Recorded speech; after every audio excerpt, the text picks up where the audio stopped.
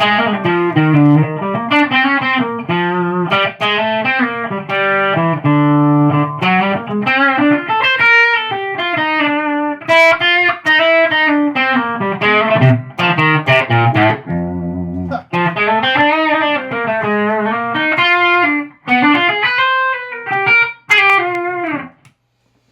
right, g'day. My name's Rue. I'm a guitarist here in Nashville. I play on Broadway. Occasionally I record. Sometimes I go on the road, and sometimes I teach. I wanted to make a little video, perhaps talking more about my history and how I got started here in Nashville. When I moved here, there really wasn't any guides. There was videos that were like, hey, what it's like to do a gig on Broadway, or what it's like to do a triple. But I never saw how I got my first gig or how it worked. And every interview I watched would be like, well, I moved to town and I kind of did this. The only face-fronting interview I ever remember was J.D. Simo. He said, man, I had nothing and I was down to my last dime, so I went and played in a street corner. Some guy heard me and went, man, this guy needs a guitarist, let's get you a gig. And he went and he said he struggled through the gig until he got it. And I found that story incredibly inspiring. So I wanted to give perhaps a little history as to who I am and how I got started in Nashville. And I'm going to reveal probably the biggest secret of all that's been mentioned on the channel but hasn't quite been mentioned. So if anyone asks, before I moved to Nashville, yes, I went to Berklee College of Music.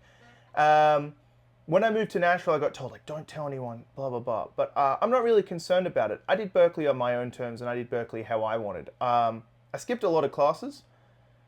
I worked in the repair store on Haviland Street with Wolf, Tony, Mike, both Mikes, who I still have incredibly close relationships with. I spent 5 years in Boston having some of the most formative experiences of my life and learning to love this country that is America and learning to really find myself in who I was. When I moved to Nashville, although not knowing anyone, I had done an incredible amount of research about who everyone in town was. I walked into Honky Tonk Central and said, wow, you're Chuck Ward. I walked into the stage and said, you're Matthew Lee. I walked into the Valentine and said, you're bass player Jake Bostic. I walked into AJ's and said, you're Mike Bork. I think this is a big distinction between perhaps myself and how other people have done Nashville, and I want to get into that a bit. So I moved to Nashville on May 17th, 2021. I moved here with one of my best friends and my old college roommate, Miles, bass player. And we just thought, you know what, let's go and try and see what happens. And we're both still here, and we've both hit the 5-year mark, and we're still surviving. So what happened was, I decided I was going to move to Nashville, and I decided I'd find out who everyone and anyone was, right? And I think this is what people should do before they move to Nashville. I decided to research who the top dogs were. So I knew who Brent Mason and all these guys were, and I've dropped my guitar pick, which is a common theme now, but regardless, I won't be needing it. But then I decided to try and discover who the local guys were, because I wasn't going to walk into Nashville and have Brent Mason like, oh, what's up, man? In fact, it's very common that people have lived here for 10 years and never met him.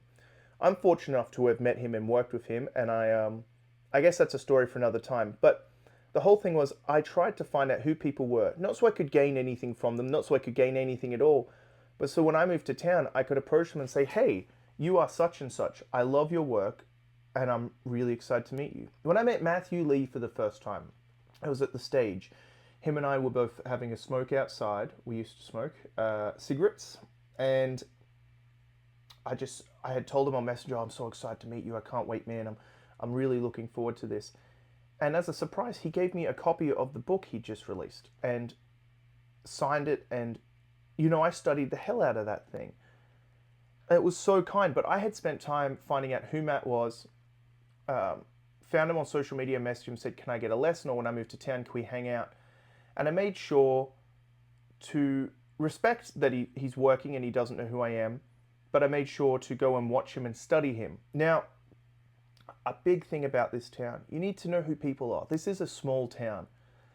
If you're speaking poorly of someone and it's perhaps not backed up, like if someone's done something very bad and you say something, I think that's fair enough. But if they haven't, you're going to find yourself, you know, in 20 years when they are doing well and perhaps you need a nudge or help. finding that they're not going to put an olive branch out towards you. Here's the thing. When I got here, I had researched and found out who everyone was, and I quickly found a mentor. And that mentor was a bloke named Mike Bork. I met him on I believe it was a Monday night that I moved here. Maybe it was a Wednesday, I don't remember. But the next morning he said, come to my gig. I caught the bus. I was living up around Love Circle, which is, my neighbor was John Rich of Big and Rich. I had no clue who he was, by the way. Just knew he had a guitar-shaped pool, and I thought that was really cool. I caught the bus. What is a 10-minute drive became an hour and a half debacle. I showed up, I sat in and played, and he looked at the band, which was Shane Chisholm and TJ Case on drums, and he said, well, I can work with this. And I said, what are you talking about? He goes, we'll talk after. So I stayed and watched, amazed at his playing, and he would lean over and make jokes, and he'd play a lick and be like, oh, got to learn that one. And, he'd have a joke, he'd play a solo and go, don't learn that now. So Mike says, let's go get lunch. Where are you parked? And I said, oh, I caught the bus. And he goes, where are you parked? And I said, no, I'm serious, I caught the bus. And he goes, oh, okay. And I said, I actually don't have any money for lunch. I actually don't have any money at all. He said, okay, come with me. And we went to his car, and he brought me to a place called King Market, which is down in Antioch, and it's a Thai restaurant, Vietnamese Thai place, that's in the back of a supermarket. We sat there and we got to know each other. I did this pretty much every day with Mike for the first 6 months, until Mike said, okay, we're going to get you on your first gig because you need to make some money. And Mike said, okay, I'm going to get you on a touring gig. Mike stayed up with me till 5 a.m. every night. He drove me around. He used to, when I had my first shifts, he picked me up. When I needed to get somewhere or do something, he would pick me up and help me. And now, I don't expect this to happen for everyone, but it was incredible at the time. He's a Canadian, so he's another, foreigner. So I think there's a level of understanding between us that occurred. That was the beginning. Eventually, I got enough money together from gigging to get a car. It was a '04 Outback. It was rubbish. Mike, if you watch this, I hope you remember the night I got my Subaru at Music City. It was a really wild night. Here's the thing about Nashville. I have been told so many times that you have to do things, and I have ignored that my entire life. You have to care about conducting at Berkeley. No, I don't. My teacher was lovely, but what am I going to conduct, man? You really have to worry about knowing this. No, I don't. That doesn't concern me. I did what I think is right, and it's not always right. But a lot of times I've gone and been a bit selfish and just stubborn. It's kind of worked in my favor. At Berkeley, I wanted to study with Mick Goodrick, David Tronzo, and Bobby Stanton, and then a few other cats. I was stubborn about my time with Mick. I was his last student. I was there till the very end. I would skip class and skip everything to go hang out with Mick because it meant so much to me, and I wouldn't replace that for anything. In similar ways, I've been a bit stubborn in regards to Nashville, where people would say, well, you're a good guitar player, you're a terrible musician, or nice guy, horrible musician. That's a quote that stuck in. Oh, you're the best lead player I've ever heard, but you are the worst rhythm guitarist I've ever heard in my life. Things like that. Things that, instead of accepting defeat, I was stubborn. I went and said, okay, I'm going to turn this round. I'm going to make you regret not hiring me. Or I'm going to make you wish you had me as your guitar player. And that's because that's how I operate. It's not out of spite or evilness or vindication. It's out of the fact that I want to get better. I arrived to Nashville with an open mind, accepting that I am not the best. And I'm not even close. And I'm not arriving as a Brent Mason or a Bukovac or a Crumb or a Curry. Like I'm not one of these guys who's so mind-blowing that it's game over, doesn't matter. I'm arriving as someone who wasn't very good and had nothing and had to work really hard. There are a lot of tears. There are a lot of nights up with Mike and other people crying, saying, is it all over? There are a lot of times I didn't think my visa would go through. It was down to that. Broken relationships, broken friendships, learning how to navigate the music industry, people lying to you, people trying to use you, people doing stuff like that. But I'll say this, every single part of it was worth it. Now I'm rambling at this point, so I should say, when I moved to Nashville, the thing I did was I tried to shake hands with everyone and meet everyone. I thought this was really important because I'm not looking to network in order to get gigs or get something out of someone. I'm looking to make friends because I love meeting people and I love making friends. And I love that I can walk down the street and say, oh, there's this cat. Oh, there's this cat. I'm very personable. Today I was at Home Depot with my wife and a bloke named Van just shouted across the couple. He's like, hey, Roo. I was like, oh, man, I don't recognize this cat. Who's this? Oh, like, I felt so bad. He's like, hey, man, I watch your channel. So, Van, when you see this, man, you made my entire day.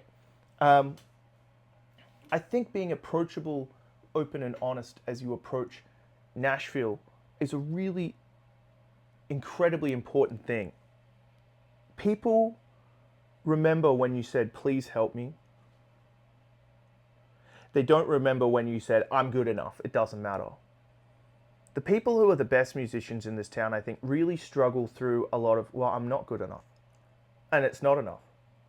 Leaving gigs crying, leaving gigs a mess. The people who don't think about that stuff, the people who are fine with just good enough, without learning the songs correctly or playing well or playing things too fast or anything like that, whilst they might do fine, I think there's a deeper strata of truth to music and there's a deeper understanding that should occur that isn't allowed when you behave like that because you're not allowing yourself to become the best musician you could possibly be. So this has been a bit of a weird rant. I'm sorry, I'm in a wild mood. I'm playing guitar all day, I'm running around. I've put together this little mini travel board, which is very exciting and fun, and I can't show it quite yet, but I will be able to soon, as there's some prototype things on it that aren't for the camera yet, and I can't say what they are. But I was going to say, if someone's going to move to Nashville, I would say the best thing you can do is find a mentor and reach out to people and walk around and get to know people. Too many people expect the gigs to come to them. I recently had a situation where someone decided that lying to me was the best course of communication. It cost me a lot of work. And someone else switched circuits and on Broadway, and I didn't go with them. So I was very much out of work. So I went downtown, shook hands, and I started sending texts and saying to people, I'm around and I want to work with you. And, you know, I'll be back on my feet before I know it. But there's a big thing. People remember how you made them feel. And always in someone's story, you'll be the villain. There's a few people who don't like me and I don't like them. That's fine. As long as you do what you think was the best thing, that's all people really worry about. Now, another thing that I think is important to remember when you move to Nashville is you have to accept that you are brand new. You might not gig right away. You might slowly pick up stuff. You might not. Some cats I've seen go from nothing to 100 real quick. I was definitely a case of that, and people were very forgiving. I got fired as much as I got hired because I knew none of the tunes and I was hanging on by the seat of my pants. But people were very forgiving because I always said, what can I do to be better? You need to move here with humility. You need to move here ready to improve. And instead of waiting for someone to tell you how you can improve, I would ask. I would get on a gig or go jam with someone and say, what can I do to be better? What can I do to improve? And I think that'll really help. So look, this is just a random rant in D minor. I'll leave you with a lick, so at least it's worth it. How about that? What's a cool lick I can show you? Maybe like a... I figured out this the other day.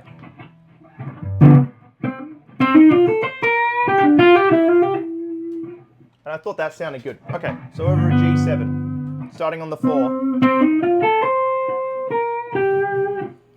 So you'd go like 4, flat 6, flat 7, 2, 4, flat 3, 1.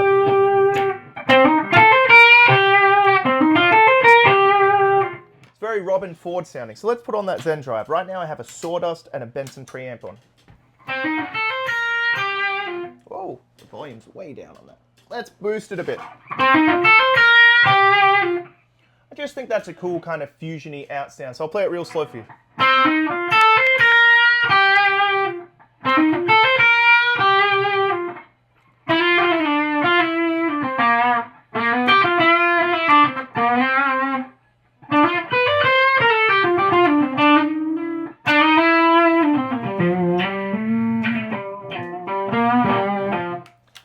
like Robin Ford. I'll say this. Another thing you should do, be prepared to do your job. I don't mind if you move here and don't know any country music, but I find it upsetting when some people say, well, I don't want to learn any, but you're on a gig playing country music. It's your job to learn the music for the gig. It's your job and honor to learn the record correctly. I was listening to a song, called Downtown by Little Big Town. And I never noticed before the chorus, it goes,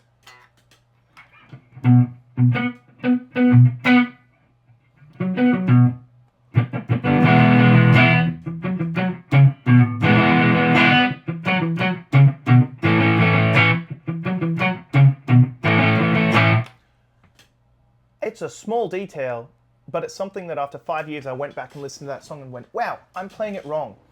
When you move here, realizing that your job is to fulfill the songs and be as good as you can at making the singer or the lead of the band at any given point sound good, like that's your job, things become a lot better. There are a lot of tips that I think I've accumulated over the years from hours of listening to people, talking to people, working with people, that I think are really important. And I'll have to get into them another time. But for now, I just kind of wanted to talk and upload this. And I'll make a more concise version and I'll upload that as well. And we'll see what happens. But there you go. There's a rant in D minor from the old Rue.